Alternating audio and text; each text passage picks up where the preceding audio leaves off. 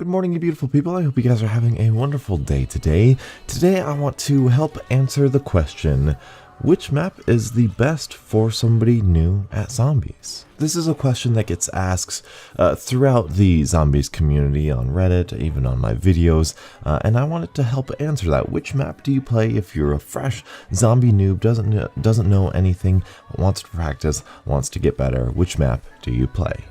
The first map that comes to mind has to be The Giant. The Giant is a remake of the classic Der all the way back from World at War.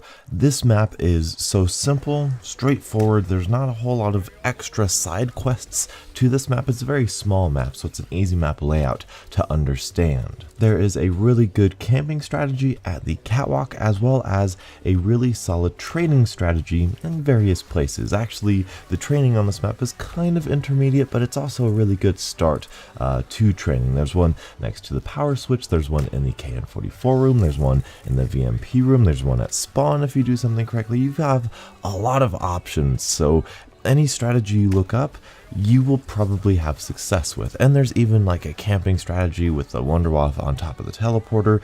There's so many different things that you can do here on the Giant. It's really simple, it's easy to set up. You got dog rounds, so you're not worried about like panzers. There's no special side quests. However, that is worth noting, there are some side quests like the Flytrap Easter egg for the Annihilator pistol, and if you have monkey bombs you can get that bonus perk, but really that's not all too difficult or complex or really hard to understand, so it's a really nice simple map to kind of just get in there, practice some zombies, and learn more about the zombies game mode. If you like that, but you are looking for something more complex, more bigger, grander, Revelations is going to be that map for you.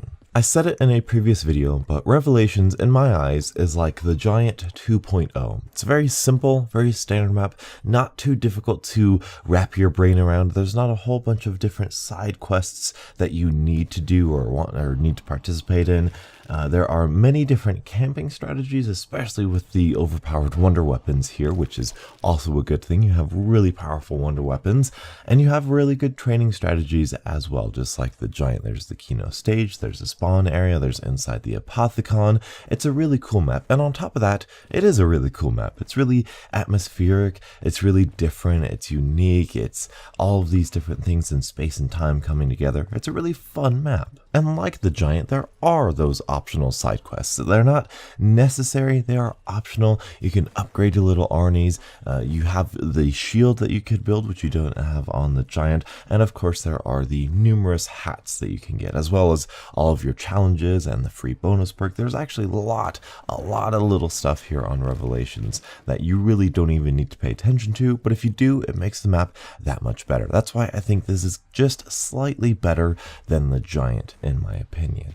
The only downside I'll say about this is that if you're not comfortable doing the generators, that can be kind of a stumbling block, but they're pretty easy once you get used to it. However, the Panzer Soldat is very, very difficult for a new player. At least it was difficult for me learning this map. The trick is just have a thunder gun and just be ready for him at all times. But really, that's the only strategy for the Panzer. And the Margwa is pretty easy, again, if you have a thunder gun, but even if you don't, the Margwa's not that bad. Which brings us to Der Eisendrache, probably one of the first maps that everybody thought of when answering this question themselves. Der Eisendrache. This is almost a perfect map. This is, in my opinion, and in a large part in the community's opinion, one of the best maps ever created. And for good reason. It's just objectively very good.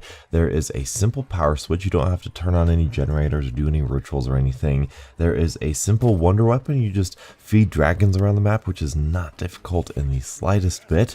And then you get a really awesome weapon, and the wonder weapons of this map are optional. You don't need to get the bows, because the bows, if you were forced to get the bows, then this would be a really big detriment to the map. But because they're a side quest, because they're not mandatory, because they're just there for your entertainment, you don't need to focus on those if you don't want to.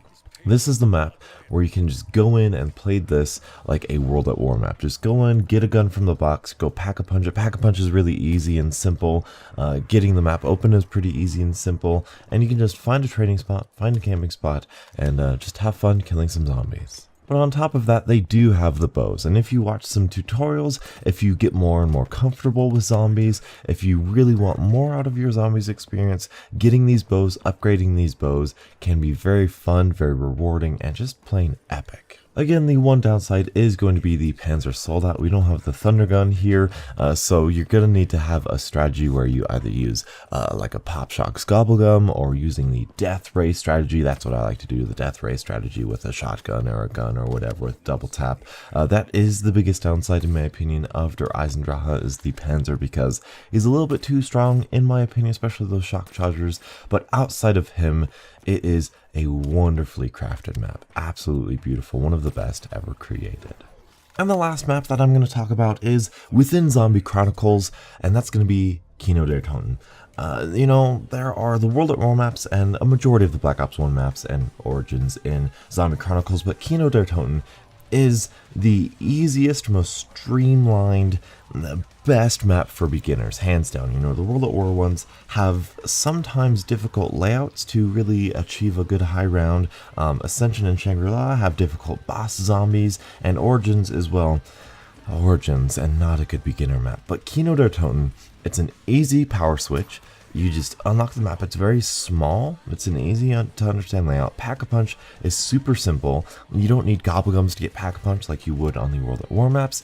And the boss rounds are super easy. Kino der Toten is perhaps the best map to start your zombies experience on, outside of the ones I mentioned if you're looking for something a little bit more detailed. That is the downside of Kino. There's not a whole bunch to do after you've unlocked everything. After you've got Power Pack-a-Punch and you're training on the stage, there's really nothing else to do. But if you want to practice, if you want to just throw yourself into a game of zombies, really want to understand at the basic level what zombies is, Kino der Toten, Black Ops 3, that's the one. Also, the Thunder Gun is amazing, so there's that. And I will have to give an honorable mention to Gorod Krovi. Gorod Krovi is a really nice and simple map. You know, the layout's simple, opening it up is simple.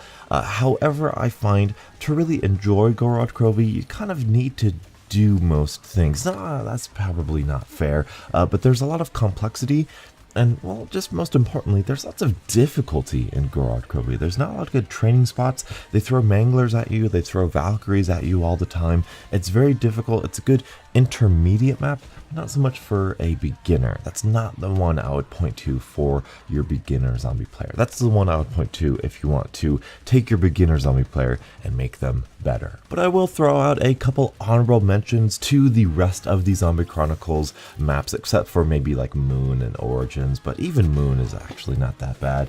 Like I said, they're really simple maps, they're really easy maps. You're not going to look up any tutorials or anything for those maps. I mean, you guess you probably should, because you know Zombies 101 is on my channel, but it's not really that complex like the Black Ops 3 maps are. They're very simple, streamlined, but you know, Ascension, you got the monkeys. On Shangri-La, you have the monkeys and the fire zombies, and overall, it's a really difficult map layout.